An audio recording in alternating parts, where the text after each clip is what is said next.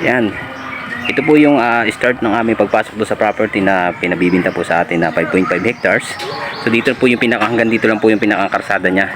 Pero may proposal naman po siya, didiretso naman po siya. Hanggang dun po sa loob na yon. Ito po yung pinakapunduhan niya papasok sa property. So sila yung aking nakasama dito pagpasok po do sa property. Si Kuya, nakasombrero yan, dalawang yan. Ayun yung nag-guide sa atin na pagpasok do sa property na pinabibinta sa atin. Yan, tara, samahan niyo ako sa pagpasok sa loob ng property.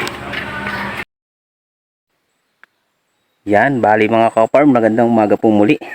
So, bago ko po ikutin ang property na may sukat na 5.5 hectares. So, muli nga po pala ako si Erwin Severa ng Art of Field Realty 2. Ay muli na naman po inyo samahan sa pag-ikot po ng ating property na pinagtiwala po para bidyuhan sa atin ng seller. Pinabibinta po sa atin ito. So ito nga po pala ay may sukat ng nasa 5.5 hectares. Mahigit. So ito pong property na to ay talaga makikita po natin na itong kinapipistuhan natin na to na napaka-productive po at napakarami po niyang nilalamang produkto ng niyog. So yung mga hindi pa po dyan naka-like, subscribe sa ating YouTube channel, pakipindot na rin po yung ating notification bell para lagi po tayong updated sa mga video po natin na ina-upload na murang property. Yan. Ito po yung mga hardwood dito, mapapansin natin mayroong antipulo, then mga kahoy po na mga hardwood, so napakarami po niyan. So ito pong area na to ay punong-puno po ito ng nilalamang produkto ng niyog. So marami po siyang panulib na niyog na. So yan po yung mga niyog niya, kalakasan pa po mamunga. So hindi pa naman po siya kataasan. So kaya po ito napagplanuhan na ibenta na. Ito pong property na ito, inuulit ko, bawal po ito sa mga masiselan. Kasi ito po ay may lakad na 20 minutes papasok dito sa property. So sa pinakamabagal na po maglalakad yun, 20 minutes po ano. Pero sa amin po ay nasa 15 minutes lang pag kami mga lalaki. So ito pong property na to ay magkakameron naman tayo ng karsada na kasi doon po sa bungad meron na po siyang proposal na barangay na binubutas na po. Then dito naman po sa kabila na ito meron na rin po siyang yan. So bali dito naman po sa kabila na ito meron na po dyan mga karsada po na patungo po dito sa ating property. So meron naman po tayo dito makukuha ng right of way. So ito pong property na to, so iikutin po natin, samahan niyo po ako. Napakaganda po nito para sa mga retirement na mga naghahanap ng ganitong property na napaka-productive at napakarami pong produkto ng niyog.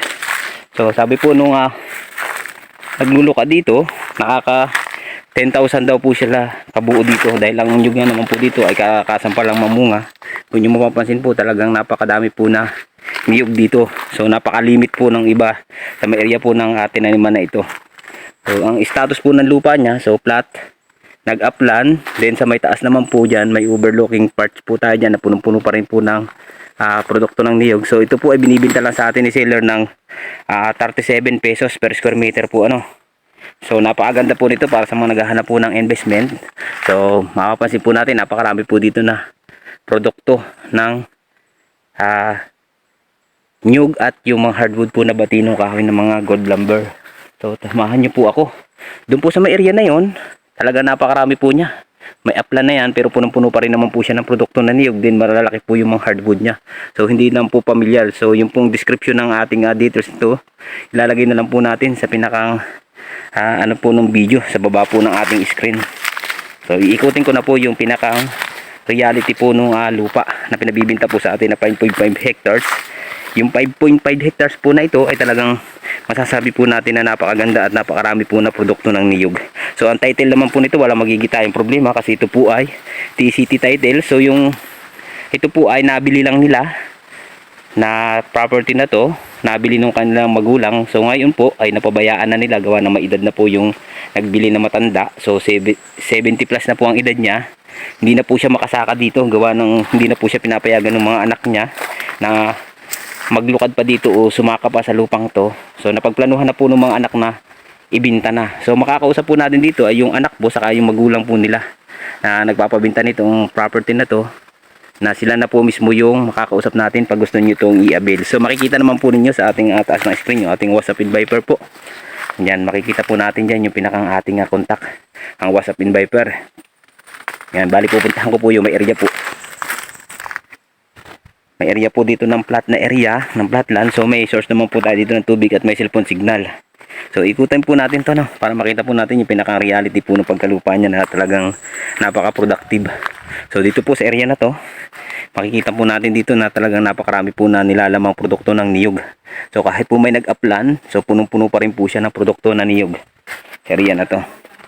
Yan, bali samahan pa rin po ninyo ako sa pag-ikot at iikutin po natin itong 5.5 hectares para mapakita ko po sa inyo kung talagang napakaganda ng kanilang lupa na magugustuhan ninyo. Saka sa mga gusto mag-inquire, hindi na po kayo mahirapan pa dahil nakita na po ninyo yung pinakang reality ng lupa niya, ang status po ng lupa niya. So nag-plot, then nag-upla ng konti, may lakad po tayo no, nasa 15 to 20 minutes po nalakad po papunta dito sa ating property na pinabibinta po sa atin ni seller. So dito po yung may plot na area niya, then yan po yung pinakang tapahan po ng lukad niya. Yan, so dito po sa may area na to, ito pong paaplan na to, yung may kawayan po na yan, so dala po ng ating property na yan. Then mapapansin po natin yung mga puno po ng nyug na yan, maikis na yan. So yung kabila po na aplan na yan, sandiretso po na yan, diyan sa parting wala pong tanim na yan, so hindi na po atin yan. Dito lang po tayo sa marami po na produkto na niyog na ito, yung pong ating pinakang property na pinabibinta po sa atin na 5.5 hectares. Nagkakahalaga lang po ng 37 pesos per square meter.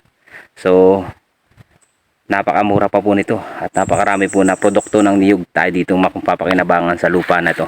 So pag inabil po natin to, meron na kaagad tayo na income every 2 months. Kung gusto po natin na paramihin pa mas bunga nito, so pwede po natin gagawin na every 3 months po ay pakupra itong ating mga niyog dito. So hindi naman po tayo problema sa pagpasok po dito sa property na to kasi pasok na pasok po dito ang single na motor sa ngayon.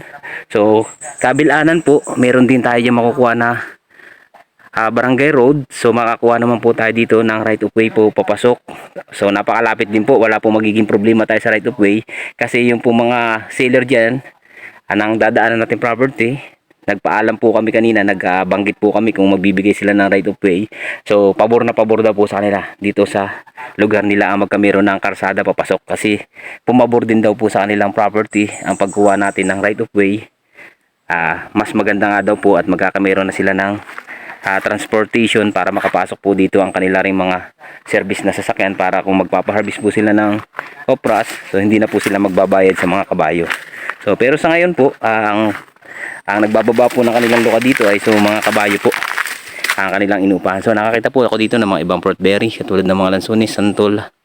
Yan po sa area na yan. So yan po yung mga kasama ko dyan sa halukaran na yan. Sila po yung guide ko dito sa property na to. So ikutin ko po yung pinakang area po dito ng property sa may labak na to, na mapakita ko lang po sa inyo na napakarami po talaga niyan produkto na nilalamang niyog. So ito nga po pala ang title nito ay TCT title. So updated po tayo sa Amilyar.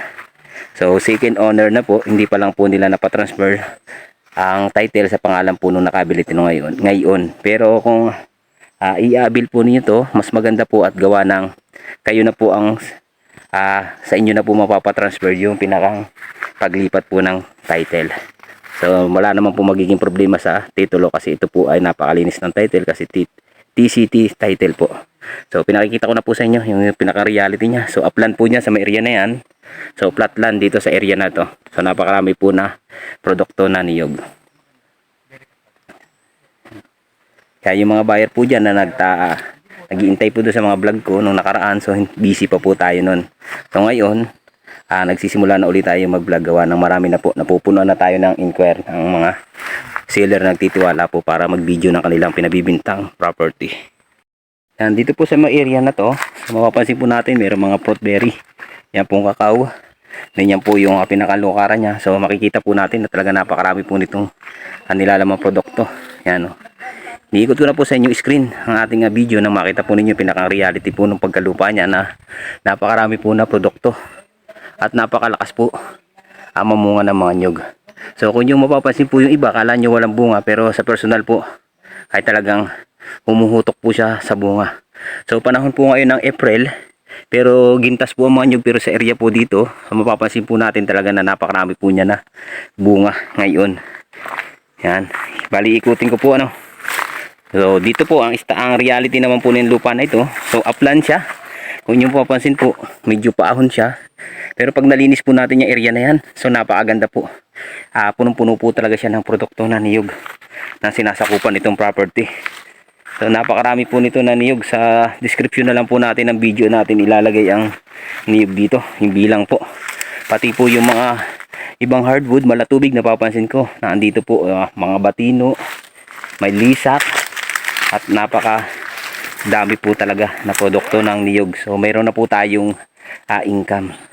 So sabi po ni seller, yung matanda po nakausap dito, so pumapartida daw po siya dito sa lukad ng nasa 25,000 every 2 months. Hati daw po ang laban na nun ng kanilang maglulukad. So sa dami naman po talaga niya ng produkto, yan, makikita naman po nyo yung pinakang nyug po niya, iniikot ko na sa inyo. Talagang punong-puno po siya ng produkto. Kahit nag-uplan po siya, yan, mapapansin po natin na puro nyugan po talaga ito, na hindi pa po yung matatandang nyug. Kung sa ang tawagin po dito sa Lopez ay yung takaran. So sa Tagalog po dito sa Lopez ay takaran po ang tawag dito sa mga nyug na to. Ito po ay nagkakaedad lang, nasa 15 years na mga edad nitong mga nyug na to. Yan, o, kaya makikita naman po nyo talagang halos lahat po siya bumubunga. So may pa-uplan na area po tayo, pero talagang punong-puno po siya ng produkto na niyog. Yan, pag ito po ay ating nilinis, so malinipis naman po yung kanyang damo. So hindi naman po siya talaga totally kakapalan, gawa ng marami nga po siyang nilalamang produkto na ng niyog. Napakaganda po nito. Yan, kung nyo mapapansin po talaga. So take note po uli. Sinasabi ko na po talaga ang totoo sa mga buyer po na gusto mag-inquire nito, na ito po talaga ay may lakad tayo na nasa 20 to 15 minutes. Pero kung pagbabasihan naman po natin dito ang right of way at ang barangay road, so didikit po tayo, o maaring dito pa tumuhog sa atin yung request po ng barangay dito na karsada po papunta naman po ng barangay Monteclaro, Lopez, Quezon. So ito pong lugar na ito ay Calawag po ang nasasakupan nito. Napakalapit lang po nito sa town proper po ng Calawag. Mula po sa town proper ng Calawag, ito po ay nagkakalayo tayo dito ng nasa 14 kilometers lang po. So papasok naman po ay PD Road, then Cemented Road. Mula po National Highway, papasok po tayo ng Cemented Road, tapos may konting PD Road, tapos up-road uli. Ito na po ang property. Meron naman po siya dyan, pathway naman po papasok, kaya wala tayong magiging problema po papasok po dito sa property kasi ito po ay pathway na. So napakaganda po ng lugar na to. Talagang yung ganda po talaga ng kanyang reality. So na-miss po ako. So lilinisin lang po natin. Kung mapapansin po natin yung mga sukal na yan, so manipis lang po yan. Kita naman po natin sa paikot po na ito. So pag ito po ay ating tinabasan lang itong ilalim nito, gamit lang po natin ang grass cutter. So napakalinis na po niyan. Ngayon po ay napakainit ng panahon, pero sa dami po ng niyog niya ay talagang wala po tayo napapansing init dito sa loob ng ating property na ito. So yung mga nalilimitan naman po sa nyug sa pagkatanim nito, pwede naman po tayo magbawas dito ng nyug para lalo pong gumanda yung ibang mga puno dito ng nyug, kasi napakasiksik po ng tanim. So sabi po nung nagtanim nito na matanda ay wala daw po mapaglagyan yung kanyang sipag, kaya ayaw niya na may nababakanti na lupa na wala pong nilalamang produkto ng niyog. So totoo naman po, kasi mga bata pa yung nyug, makakita na kagad tayo ng tinanim niya uli na panulib. Yan, mapapansin po natin mayroong mga maliliit pa na puno sa ilalim po ng ating nyugan. So talagang napakalimit po ng pagkatanim niya. Wala po siyang 1 meters, pero lahat na po siya namumunga ngayon, kaya napaganda rin po yung iba na pagkatanim, gawa ng maganda bumunga. At yung iba naman po ay pwede natin siyang alisin, ipaubod po para lalong gumanda po. Doon hutok na hutok ang mga bunga ng nyug sa may area na yun. Kaya yung mga nag-aabang po ng aking laging upload na video, yung mga buyer po namin dyan na mga lagi nagsusupport sa aking property na pinagbibili, at lagi pong nag-aabang ng mga mura kong ina-upload na property. So ito pong 5.5 na to ay nasa 37 lang po per square meter. So naabot lang po ito ng 2M. Nasa 2M po. So maganda pa ang papel, TCT title. Kung sa Barangay Road naman po, malapit po tayo sa Barangay Road. So ang right of way naman po, meron din tayong right of way na makukuha. Kaya ano pang iniintay nyo habang mura pa po ang property na to? Kasi nagparamdam po kanina sa akin yung seller nung bago kami mag-usap papunta dito. Sinabi po niya sa akin na pag ang karsada po dito ay nandito na mismo sa kanyang property, so magdadagdag po siya ng presyo. Kaya habang ang karsada po ay hindi pa nasisimulan ngayon, so ito po ay mababa pa ang presyo niya. So binibigay lang po niya ng 37 pesos per square meter. So kaya ano pang inintay nyo? Nasa usapan naman po nyo kung gusto po nyo magbigay ng partial payment o mag 2 gives. So direct to seller po tayo. Kausapin na lang po nyo ang seller, yun po ang maiano ko sa inyo para mas maayos po ang magiging transaksyon ninyo. Yan. Maraming salamat po sa mga buyer po namin na lagi pong na asubaybay. Thank you for watching.